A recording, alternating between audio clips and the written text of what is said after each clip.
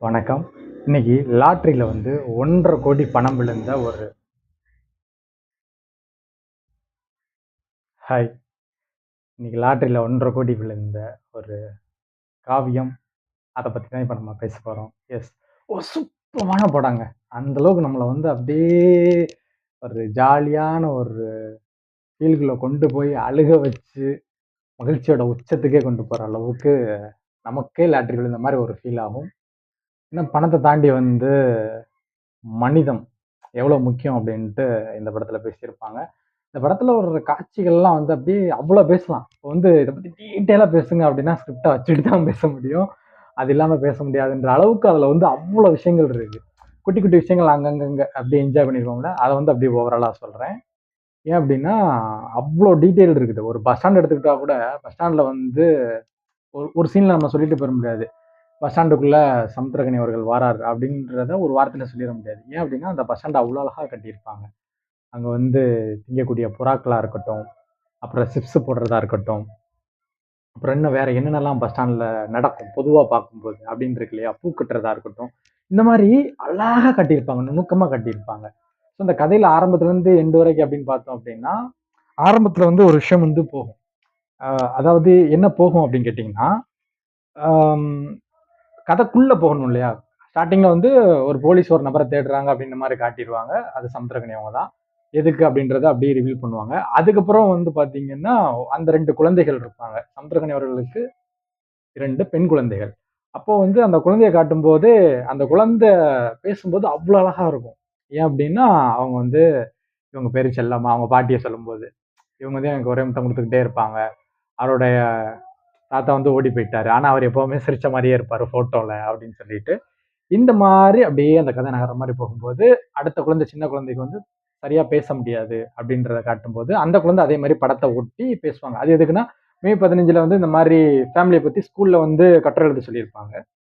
So அந்த கட்டுரைய அதாவது அந்த கட்டுரைக்கு வந்து பிரிப்பேர் ஆவாங்க இல்லையா? அந்நேரம் அவங்க எழுதிக்கிட்டு இருப்பாங்க இல்லையா? அதுல தான் அப்படியே அந்த கதை போற மாரி இருக்கும்.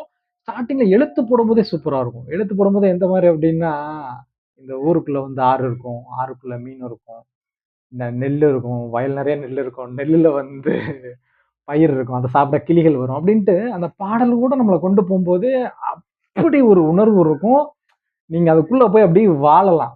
ஒரு 2 மணி நேரம் அந்த படம் ஓடுதுன்னா, அப்படியே எந்த ஒரு டிஸ்டர்பன்ஸ் இல்லாம அப்படியே வாழலாம். தியேட்டர்ல பார்க்கும்போது இதோட அனுபவம் ஒண்ணு இருக்கே, சான்ஸே இல்ல. அதே ஃபீல் உங்களுக்கு ஓடிடில பார்த்தாலும் சரி, சரிங்களா? ஸ்க்ரீன்ல பார்த்தாலும் சரி, லேப்டாப்ல பார்த்தாலும் சரி, எப்படி பார்த்தாலும் அதே உணர்வு அப்படியே இருக்கும். அப்படிப்பட்ட ஒரு தரமான படைப்பு இந்த படைப்பு. ஏன்னா நான் தான் சொல்றேன் இல்லையா, அந்த குட்டி, குட்டி விஷயங்கள் அழகா இருக்கும் அப்படின்ட்டு. அந்த லெட்டர் எழுதும்போதே ஐ மீன் அந்த கட்டுரை எழுதும்போதே, அந்த குழந்தைங்க சொல்லும்போதே, "எங்க அப்பாவ எல்லாருக்குமே பிடிக்கும்" அப்படிம்பாங்க. கண்டிப்பா இந்த சமுத்திரக்கனி அப்பாவ உங்களுக்கும் பிடிக்கும் அப்படின்ற மாரி தான் இந்த படைப்பு இருக்கும். அதுக்கப்புறம் உள்ள போம்போதே பெரியப்பா ஒருத்தர் இருக்காரு. ஐ மீன் நான் அப்படி சொல்றேன். படத்தின்படி வந்து பாரதிராஜா அவர்கள் சான்ஸே இல்ல. அப்படி உணர்வுபூர்வமா நடிச்சிருப்பாங்க. ஒரு பஸ் ஸ்டாண்ட்ல ஒரு சீன்ல உட்கார்ந்திருப்பாங்க. உட்கார்ந்திருப்பாங்க. அவ்வளவுதான். சரியா? அந்த ஒரு சீன் அப்படி பார்க்கும்போது நமக்கு அந்த தாக்கத்த ஏற்படுத்துற அளவுக்கு உட்கார்ந்திருப்பாங்க. அவ்வளோ அழகா இருக்கும். ஒரு சூப்பர் ஃபீல். அதுக்கப்புறம் வந்து பார்த்தீங்கன்னா, இப்ப நான் சொன்னேன்ல எழுதும்போது ஒவ்வொன்னு தான் சொல்லுவாங்கன்னு சொல்லிட்டு, காட்சி அமைப்புகள் ரொம்ப அழகா வச்சிருப்பாங்க. எந்த மாரி காட்சிகள் அப்டின்னா, அந்த டயலாக் வரும்போது அந்த சீன் கரெக்ட்டா மேட்ச் ஆயிருக்கும். அதாவது எங்க அம்மா, அப்பா வந்து எப்பவுமே ஃப்ரெண்ட்ஸா இருப்பாங்க அப்டின்னு சொல்லும்போது, கையில வந்து ஒரு கடுண்டி இருக்கும். யார் கையில இருக்கும் அப்டின்னா, ஹீரோயின் கையில. அத அப்படியே வாங்கி சமுத்திரக்கனி வந்து குடிக்கிற மாரி ஒண்ணு இருக்கும். குழந்தைக்கு முன்னால ஏதோ விளையாண்டுட்டு ஏதோ சம்திங் பண்ணிட்டு இருப்பாங்க. பெண் குழந்தைகள வந்து குளிக்க வைப்பாரு அவரு. உடம்பு சரியில்லாதபோது மனைவிக்கு வந்து கால் அமிக்கி விடுறதா இருக்கட்டும். அப்படியே கொஞ்சம் ஒரு படி மேல போனீங்கன்னா, வீட்ல வந்து தோசை கிசைலாம் சுட்டு குடுப்பாங்க. அது வசனத்துல அப்படியே வரும். ஸோ இந்த மாரி ஒரு அற்புதமான ஃபேமிலி, அதுக்குள்ள விஷயங்கள். அப்ப அந்த குழந்தைக்கு வந்து வரல அப்படிங்கும்போது, பேச வரல அப்படின்றத தான் சொல்லணும். பேச வரல அப்படிங்கும்போது, அதுக்கு ஒரு சர்ச் ஃபாதர், நம்ம கலெக்டரோட அப்பா வந்து அந்த ரோல்ல பண்ணியிருக்காங்க. ஜிம்மி ஜெயந்த் அவர்கள். அப்போ அந்த ரோல் வந்து ஒரு சர்ச் ஃபாதர் எப்படி இருப்பாங்க?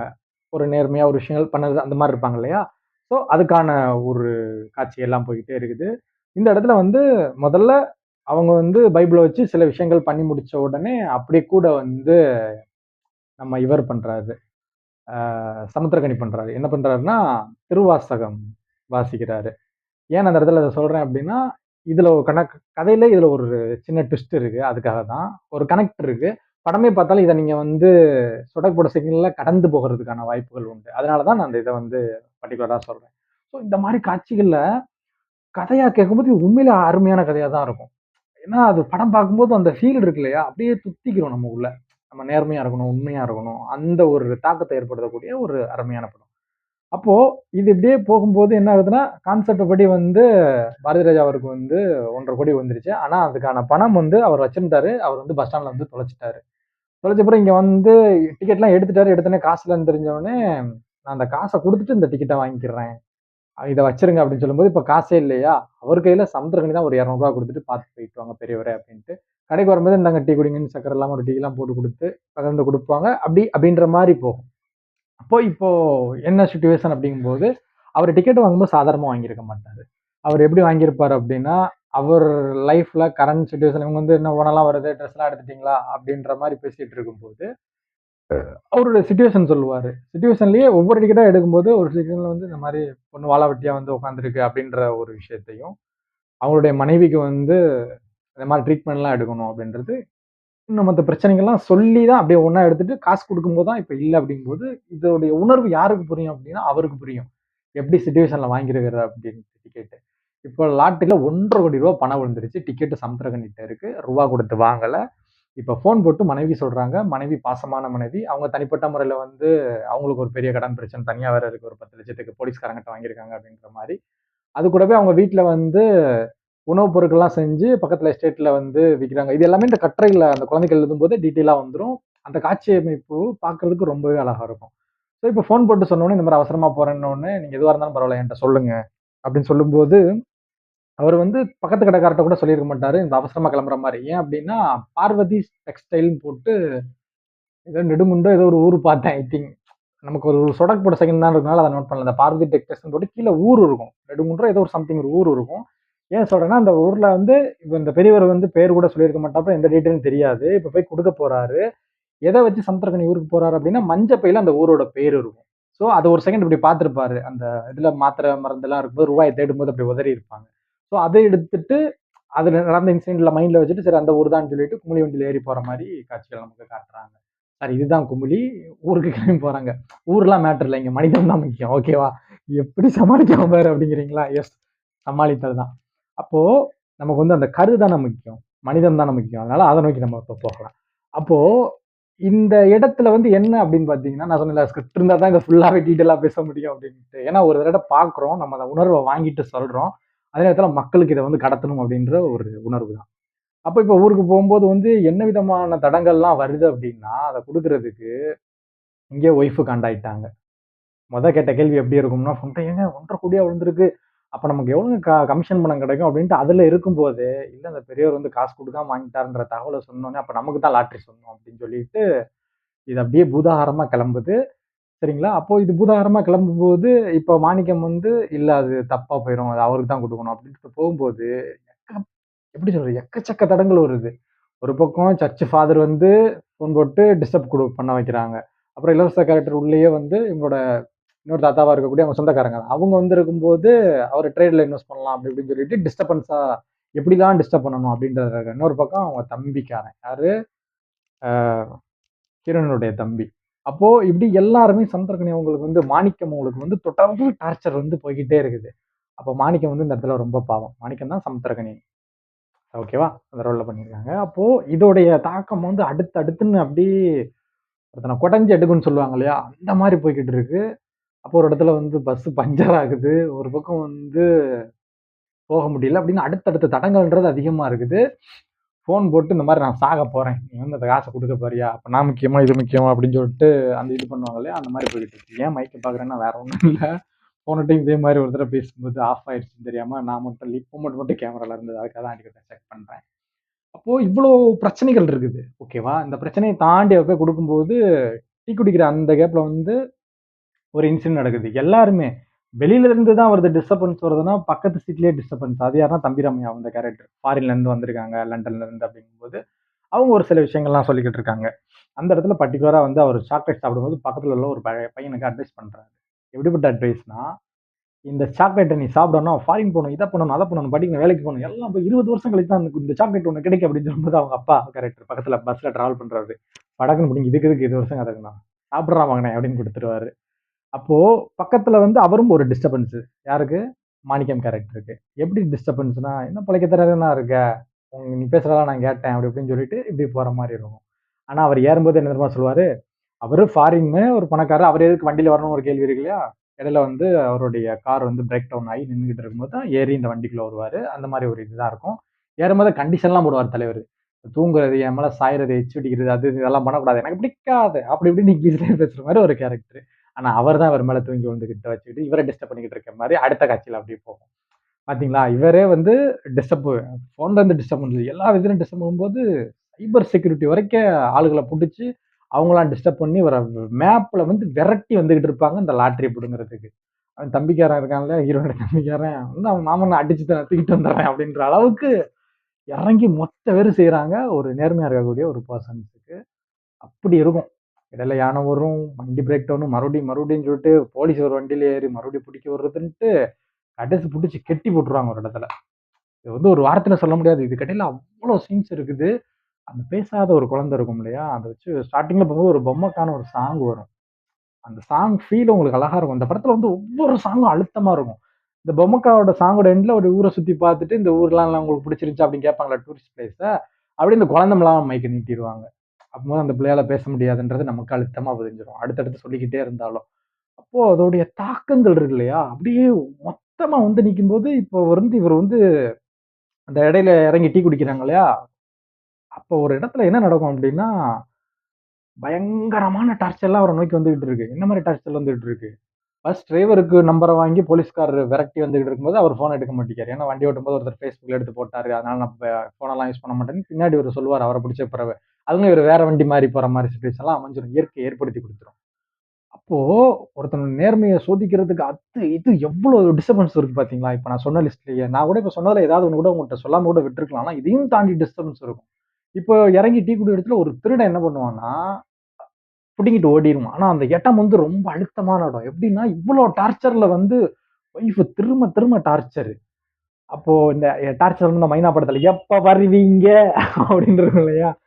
அந்த மாரி ஒரு டார்ச்சர் வந்து ஓடிக்கிட்டு இருக்கும். அப்போ இந்த மனுஷன் ஏன் இப்படி இருக்கான்? இதுக்கு பின்னாடி ஒரு காரணம் இருக்கும் இல்லையா? அப்படின்றத ரிவீல் பண்ணுவாங்க. சரியான காரணம். அப்படியே அழுத்தமான உணர்வு அப்படி இருக்கும். அப்போ எனக்கு ரொம்ப பிடிச்சிருந்துச்சு. அவன் வந்து ஒரு செகண்ட் வந்து அப்படியே தடுமாறுவான் நேர்மையில இருந்து. அந்த இடம் தான் ரொம்ப முக்கியமான இடம். தடுமாறுற இடத்துக்கு இப்படி ஒரு ஸ்டெப் எடுக்காம கால இப்படி வைப்போம் இல்லையா? சரி வந்துருங்கன்ட்டு அந்த வண்டிய பார்ப்பான்.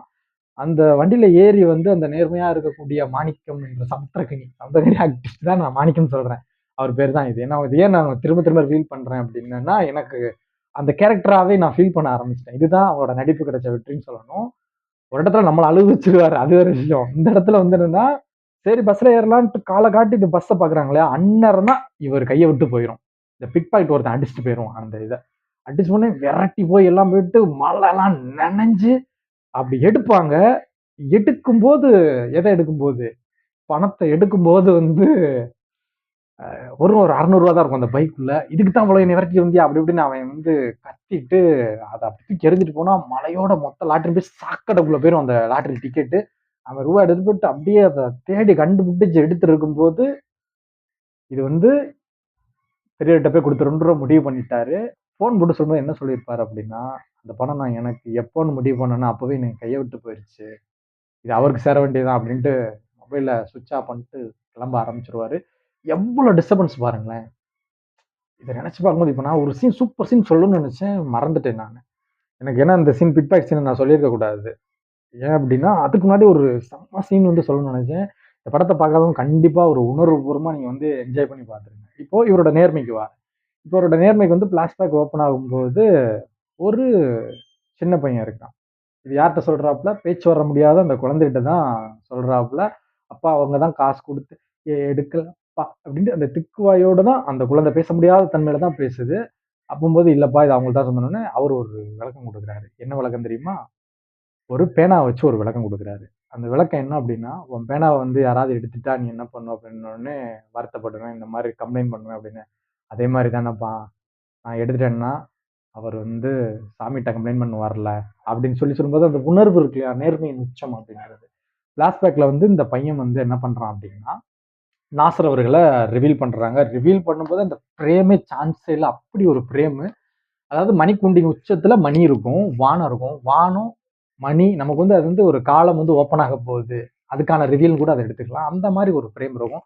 அத அப்படியே காமிச்சா அடுத்த ஷாட்ல வந்து அவர் லாட்டரி தோள்ல போட்டு லாட்டரி விப்பாங்க. அதுல ஒரு இது இருக்கும். அதுல ஒரு மஞ்ச பை இருக்கும். அதுல பணம்லாம் போடுறதுக்கு. ஸோ அந்த மாரி ஒரு இதுல அப்படி வரும்போது, ஒரு சின்ன பையன் வந்து அவர்ட்ட இருந்து பணத்த எடுத்துட்டு ஓடிர்றான். எடுத்தது யாருன்னு பார்த்துடுறாரு. மறுநாள் போலீஸ்ல புடிச்சுட்டு நாசர வந்து கூட்டு போயிட்டு, "யார் திருடன் காட்டுங்க" அப்படிங்கிற மாரி இப்படி ஒவ்வொருத்தரையா பார்க்கும்போது இப்படி பார்க்குறாரு திருடனவன. பார்த்துட்டு இவங்க யாருமே இல்ல அப்படின்ட்டு, அந்த இவன் தான் கொஞ்ச நேரம் இப்படி பார்த்துட்டே இருக்கும்போது, "புது துணி" அப்படிங்கிறாரு. அந்த ட்ரெஸ் அவன் வந்து புது ட்ரெஸ் போட்டுருக்கான். அந்த திருடுன பணத்துல வாங்கி போட்டுட்டான். அந்த சின்ன பையன். அந்த சின்ன பையன் தான் சமுத்திரக்கனி. அப்ப இப்படி பார்த்ததுக்கு பிறகு, இப்படி பண்ணதுக்கு பிறகு போலீஸ்காரன் அடிக்கணும், இவருங்க யாருமே இல்ல அப்படின்னு போனோனே, "என்ன பாய் உனக்கு என்ன கண்ணு தெரியலையா?" போலீஸ்காரன் சொல்றான், "என்ன உனக்கு கண்ணு தெரியலையா?" அப்படின்னு சொன்னோனே, "என்ன உனக்கு கண்ணு தெரியலையா?" அப்படின்னு சொல்லி கேட்கும்போது, "தெரிஞ்சது" அப்படின்னு சொன்னோனே, "தேவைக்கா எடுத்திருக்க?" அப்படின்னு சொல்லிட்டு நாசர் அவர்கள் நடிப்புனா நடிப்பு. அப்படி நடிப்பு சூப்பரா இருக்கும். இவரு ஒரு முஸ்லீம் பாயா வராரு. அப்போ இப்படி கடந்து போகும்போது, "உன்ன நான் மன்னிச்சுட்டேன் போ" அப்படின்னு சொன்னோனே, அத வந்து அந்த சின்ன பையனால ஏத்துக்கவே முடியாது. எல்லாரும் என்ன அடிப்பாங்க, உடைப்பாங்க, கை கால ஒடிப்பாங்க. ஆனா யாருமே என்னை மன்னிச்சு விட்டதே கிடையாது. அப்படின்ட்டு அந்த குற்ற உணர்வோட போயிட்டு எல்லா இடத்துலயும் வேலையெல்லாம் கேட்பான். நான் அந்த காச உனக்கு சம்பாரிச்சு குடுத்துறேன்னோனே, வேலை யாரும் குடுக்க மாட்டாங்க. ஏன்னா அவன் திருடி திருடி தான் பொழப்பு நடத்திட்டு இருக்கான். அந்த மாரி தான் போய்க்கிட்டு இருக்கு அவனோட லைஃப் பஸ் ஸ்டாண்டுக்குள்ள. அப்போ என்ன அப்படின்னா, இதோடைய உச்சம் இருக்கு இல்லையா? சரி ஓகே. இப்ப இந்த பையன இப்படி ஸ்டாப் பண்ணிடுறேன். எனக்கு வேற ஒரு பாயிண்ட் ஞாபகம் வருது. இத உங்கட்ட நான் கண்டிப்பா சொல்லிறணும். பஸ்ஸுக்குள்ள வந்து ஃபோன் பேசும்போதே, பஸ் டிராவல் ஆகிட்டு இருக்கும்போது, இந்த சீன் முன்னாடியே வந்துரும். அப்ப இத சொல்றேன். நான் மறந்துட்டேன்னு சொன்னேன்ல, அதுல இதுவும் ஒரு சீன். இதெல்லாம் நான் கேட்டுக்கிட்டு இருந்தேன். "நீ வந்து ஏன் இவ்வளோ நேர்மையா இருக்கணும்?" அப்படின்ட்டு தம்பி ராமையா வந்து அவரோட ஸ்டைல்ல சொல்லிக்கிட்டு இருக்கு. "நீயே எடுத்துட்டு போலாம்ல" அப்படின்னு சொல்லும்போது, இப்படி ஒரு காட்சி வரும். அதுக்கு முன்னாடி ஒரு காட்சி வரும். என்னன்னா, ஃபோன்ல வந்து எங்க இருக்கேன்னா, ஐயப்பன் கோயில்ல இருக்கேன்னு சொல்லி அந்த அலைய விட்டுக்கிட்டு இருப்பாங்க. அவர் ஒய்ஃபையும், தம்பியும் இவரு அலைய விட்டுக்கிட்டு இருப்பாரு. ஏன்னா, ஒரே டார்ச்சர் பண்றாங்கல்ல கூப்பிட்டு அப்படின்ட்டு. அப்போது ஒரு திருக்குறள காட்டுவாப்புல. "என்ன வள்ளுவர் ஐயா, வள்ளுவர் ஐயா! பொய்மையும் வாய்மையிடத்த புரைதிர்ந்து நன்மை பயக்கும்னே." எஸ். பொய்மையும் வாய்மையிடத்தங்கிற ஒரு ஃப்ளோல வந்துருச்சு அந்த குறள் தான். நன்மை ஆமா. அதாவது ஒரு நல்ல விஷயத்துக்காக பொய் சொல்லலாம் அப்படின்ற கான்செப்ட்டுக்கு.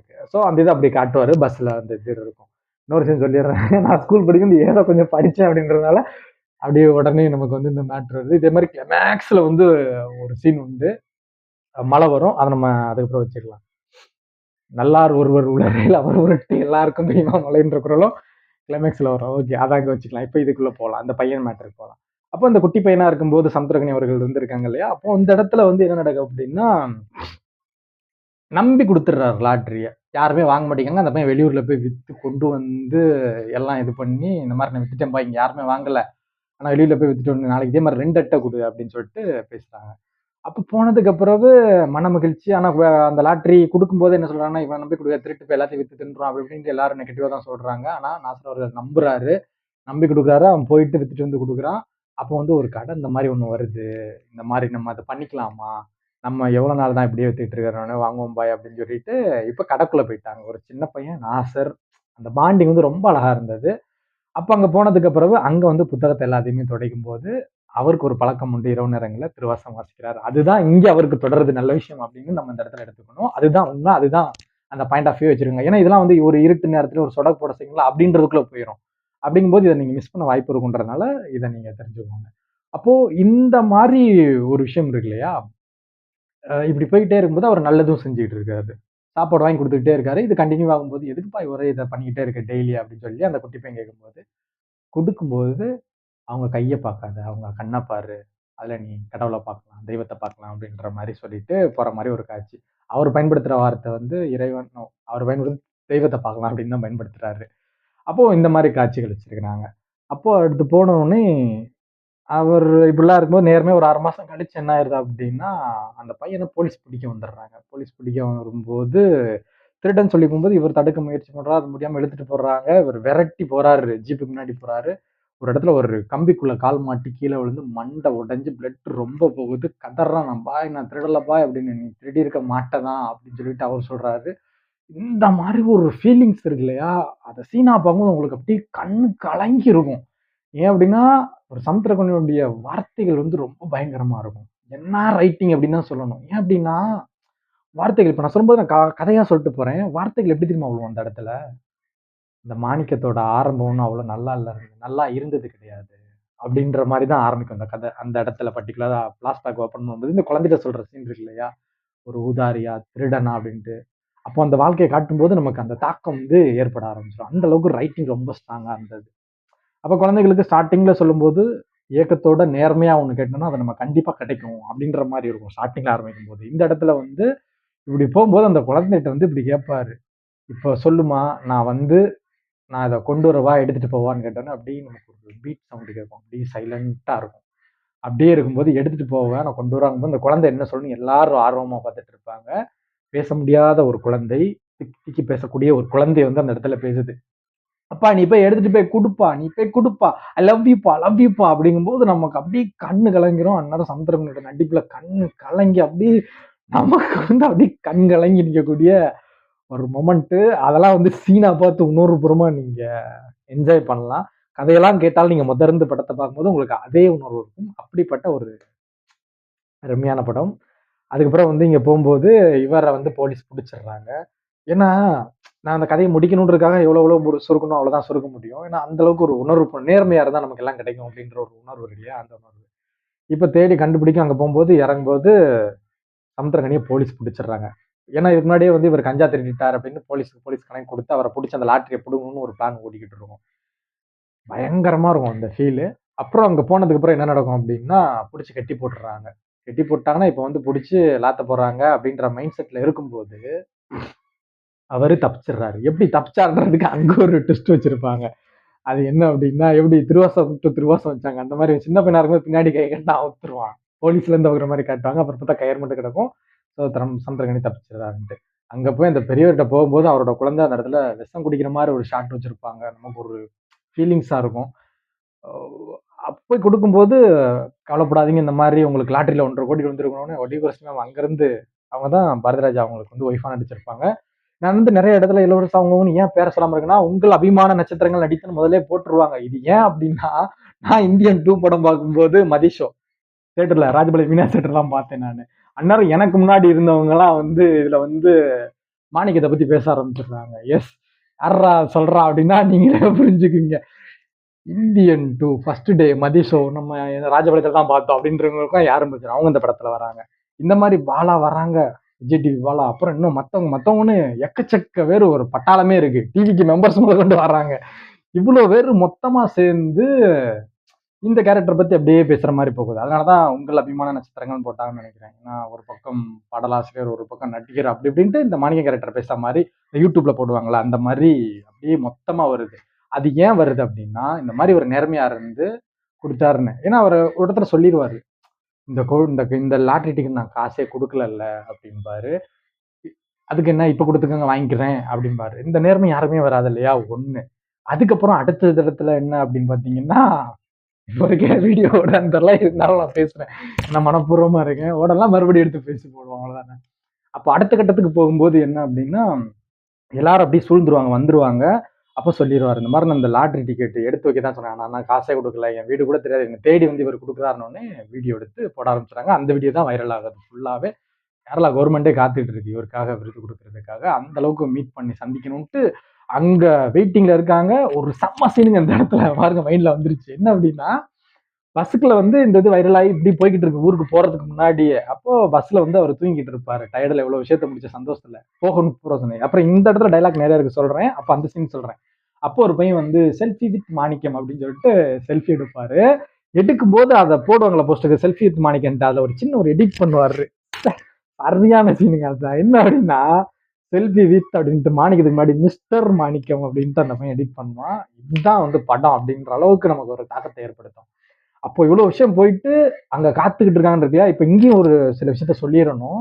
அவர் வந்து கொண்டு வந்து குடுத்ததுக்கு வந்து, "எப்பா இதுதான் நான் காசு குடுக்கல. இப்ப குடுத்து தான் வாங்கிக்கிறேன்" அப்படின்னு சொல்றாரு இல்லையா? அடுத்து நம்ம வந்து பாதி பாதி வச்சுக்கலாமா அப்படிம்பாரு. என்ன மனுஷன்யா! அப்படின்ற ஒரு ஃபீல் வரும்போது, அது தொழிலுக்கு நல்லா இருக்காது. எப்படி குடுக்குற மாரி வந்து குடுத்துட்டு போயிட்டு வாங்கிக்கிறதா? அப்படின்ற மாரி சொல்லுவாரு. அது வந்து நமக்கு உணர்வு இருக்கு இல்லையா? சரியான ஃபீலா இருக்கும். அதுக்கப்புறம் வந்து குடுத்துட்டு இவரு சந்தோஷமா காசு எதுவும் வாங்காம, "இது உங்களுக்கு தான் சொந்தம்" அப்படின்ட்டு குடுத்துட்டு போனதுக்கு பிறகு, அங்க போனோனே காத்துட்டு இருப்பாங்க. அப்போ வந்து சிஎம் வந்து உட்கார வச்சு என்னெல்லாம் பண்றாருன்னு காட்டுறாங்க. உங்க குழந்தைகளுக்கு இந்த மாரி பிரச்சனைகள் இருக்கு இல்லையா? அத வந்து நாங்களே பார்த்துக்கிறோம். உங்களுக்கு வந்து இந்த படிப்பு செலவெல்லாம் நாங்க எடுத்துக்கிறோம். இவர் வந்து என்னோட நண்பர் கலெக்டரு. இவர் வந்து இவரு ட்ரஸ்ட் வச்சிருக்காரு. இவர் வந்து வீடு கட்டி குடுக்குறது தான் ஃபுல்லா முடிச்சுட்டு, இப்ப சொந்த ஊர்ல வீடு கட்ட போறாரு. அதுல முதல் வீடா உங்களுக்கா இருக்கும்னு சொல்லிட்டு, அந்த ஃபுல் இதுக்கு இவருக்கான எல்லா விஷயமும் கிடைக்கும். நேர்மையா இருந்தா எல்லாமே கிடைக்கும்ன்ற ஒண்ணு இருக்கு இல்லையா? அது முழுக்க வந்து அவர வந்து அடையுது. அப்ப இப்படி அடையும்போது அடுத்த கட்டமா ஒண்ணு நடக்கு பாருங்க. அதுதான் ஹைலைட். அது என்ன அப்படின்னா, இவர் வந்து பேசும்போது மைக் முன்னாடி வந்துட்டு என்ன பேசுறது? அப்படின்ற மாரி கேட்கிறாரு. "நீ தான்ப்பா பேசணும்" அப்படின்னோனே அவர் ஆரம்பிச்ச விதத்துல அவங்க ஒய்ஃப்க்கு அப்படியே அங்கங்க கண் கலங்கிட்டே இருக்கும். ஏன்னா எல்லாருமே ஒரு நெகட்டிவா கொண்டு போக ட்ரை பண்ணாங்க. நேர்மையா இருந்தா இப்ப எல்லாமே கிடைச்சிருச்சா தேவையானது அப்படிங்கும்போது அது எப்படி பவர்ஃபுல்லா இருக்கும். செம்ம. குறுக்கு வழி என்னைக்குமே வந்து நிலையானதே கிடையாது. லைஃப் டேர்மா கூட எடுத்துக்கோங்க. நேர்மையா இருந்தா எல்லாமே கிடைக்குன்ற மாரி ஒருத்தன் பிட்பாக்கெட் திருடிட்டு போனான்ல, அவன ஒரு முடிக்கடையில காட்டுவாங்க. முடி வெட்டுற கடையில. ஏன்னா அந்த இத நீங்க சரியா நோட் பண்ணா முடியும். யாரு எதுக்கு அப்படின்னு தெரியாம போயிரும். அவர் கடைசி கடல போட்டு விக்கிற மாரி பஸ் ஸ்டாண்டுக்கு வெளியில காட்டியிருப்பாங்க. இந்த மாரி நேர்மை, உண்மை, நியாயம் எல்லாம் உண்மையா இருங்க. எல்லாமே நல்லா நடக்கும்ன்ற மாரி ஒரு ஃபீல் குட் மூவி. அவரு பேசும்போது உள்ள இது, நான் நேர்மையா தானே இருந்தேன். இதுதானே தர்மம். இதுக்கு எதுக்கு பாராட்டு? இதெல்லாம் பண்றீங்கன்ட்டு அவர் ரொம்ப ரொம்ப எதார்த்தத்த பேசுவாரு. ரொம்ப பயங்கரமா இருக்கும். இந்த இடத்துல எனக்கு மைண்ட்ல வந்து ஒரு விஷயம் வந்துச்சு. அத நான் கண்டிப்பா சொல்லியே ஆகணும். 8த் படிக்கும்போது ஏக்கடே ஸ்கூல் ராஜபாளையம். அங்க நான் வந்து படிக்கிறேன். அப்பம்போது அப்பதான் ஒரு பையன் கூட நண்பனா நான் வந்து பழக ஆரம்பிக்கிறேன். பக்கத்துல உட்கார்ந்தா மட்டும் நண்பன் ஆயிற முடியாதுல்ல. எல்லார் கூடயும் பேசி பழகும்போது தான் ஒருத்தர் கூட நம்ம செட் ஆகும்போது, அப்புறம் நான் அங்க போய் உட்காந்துக்கிட்டேன். நல்லா வளர்த்தியா இருப்பாப்புல, பேரு ரபிக்கு. அவனோட பர்ஸ் வச்சிருப்பான் அப்பவே. அந்த பர்ஸ்ல வந்து ஒரு ஃபோட்டோ நான் பார்த்தேன். அத பார்க்கும்போது என்ன ஃபோட்டோ அப்படின்னு கேட்கும்போது, அவங்க அப்பாவுக்கு பரிசு குடுக்குறாங்க. அவங்க வந்து ஒரு நகையவோ, பணத்தையோ ஏதோ ஒண்ணு விட்டுட்டு போயிட்டாங்க. அத கொண்டு போயிட்டு அவங்க வந்து போலீஸ்ட்ட வந்து குடுத்து இந்த மாரி கிடந்திருக்குன்னு, அத உரியவங்களுக்கு போய் கிடைச்சிருக்கு. அதோடைய ஃபோட்டோவ தான் வச்சிருந்தாப்புல. எனக்கு அந்த நினைவே வந்துருச்சு. இத ஷேர் பண்ணணும்னு நெனைக்கிறேன்.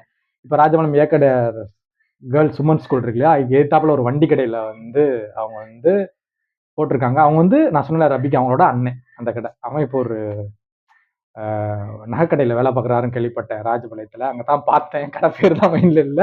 ஒரு பெரிய நகைக்கடையில இருக்கிறாரு அவரு. அவர் தான் என்னுடைய நண்பர். அவருடைய அப்பா தான் அந்த விஷயத்த பண்ணாங்க. எந்த விஷயத்த? இதே மாரி ஒரு விஷயத்த. இப்போ மாணிக்கம் இருக்காங்கல்ல, இந்த மாரி. இத நான் ஷேர் பண்றது ரொம்ப ஹேப்பியா இருக்கேன். ஏன்னா, எனக்கு இந்த உண்மை நேர்மைய பத்தி பேசும்போது எனக்கு சடனா இப்போ இத பேசணுன்ற ஐடியாவே கிடையாது எனக்கு. மைண்ட்லயும் இல்ல. இது வந்து மூளைக்குள்ள தான் இருந்துச்சு. நான் அந்த கதைய தான் பேச வந்தேன். எனக்கு அந்த விஷயங்கள் வந்து ஞாபகம் வந்துருச்சு. எனக்கு அந்த ஃபோட்டோ நான் கேட்டேன் இல்லையா? அந்த நினைவு வந்தனால இத நான் ஷேர் பண்றேன். ரொம்ப ஹேப்பியா இருக்குது. ஸோ அந்த நேர்மைக்காக ஒரு விஷயம்ன்றது, இது அவங்களுக்கு ஒரு கிஃப்ட்டா கூட இருந்துட்டு போகட்டும். ஸோ நல்ல விஷயம். ஸோ இப்போ என்னன்னா, இப்போ இந்த கதைக்குள்ள வருவோம். இப்போ இந்த கதைக்குள்ள வந்து எல்லாமே கிடைச்சு, எல்லாம் போனதுக்கப்புறம் இந்த ஓவரால் ஃபீல் குட் மூவியோட கடைசி மழை வருது இல்லையா? அப்பம்போது தான் "நல்லார் ஒருவர் உளரேல் அவர் பொருட்டு எல்லாருக்கும் பெய்யுமா மழை." எல்லாருக்கும் பெய்யும் மழை. மாத்தி சொல்லிட்டேன். பெய்யும் மழை. ஏன்னா இப்ப இன்மை இளமை புகுத்தி விடுமே ரொம்ப டிஸ்டர்பா போய்க்கிட்டு இருக்கறனால நம்ம எதுவும் வார்த்தைய மாத்திறக்கூடாது. ஸோ உங்களுக்கு புரிஞ்சிருக்கும்னு நெனைக்கிறேன். இந்த படம் எந்த அளவுக்கு ஒரு ஃபீல் குட் மூவியா இருந்துச்சு அப்டின்ட்டு. கண்டிப்பா இந்த படம் உங்களுக்கு புடிச்சிருக்கும் அப்டின்னு நம்புறேன். பார்த்து என்ஜாய் பண்ணுங்க. இந்த கதை முழுக்க கேட்டாலும், இந்த படத்த போய் ஒரு தடவ பார்த்து என்ஜாய் பண்ணுங்க. ரொம்பவே சூப்பரா இருக்கும். சமுத்திரக்கனி அந்த டீமுக்கு, நாசர் அவர்களுக்கு, இன்னும் படத்துல நடிச்ச ஒட்டுமொத்த பெயர் சொல்லாத அனைவருக்கும் வந்து இந்த படத்திற்கான என்னுடைய வாழ்த்துக்களை தெரிவிச்சுக்கிறேன். நன்றி, வணக்கம்.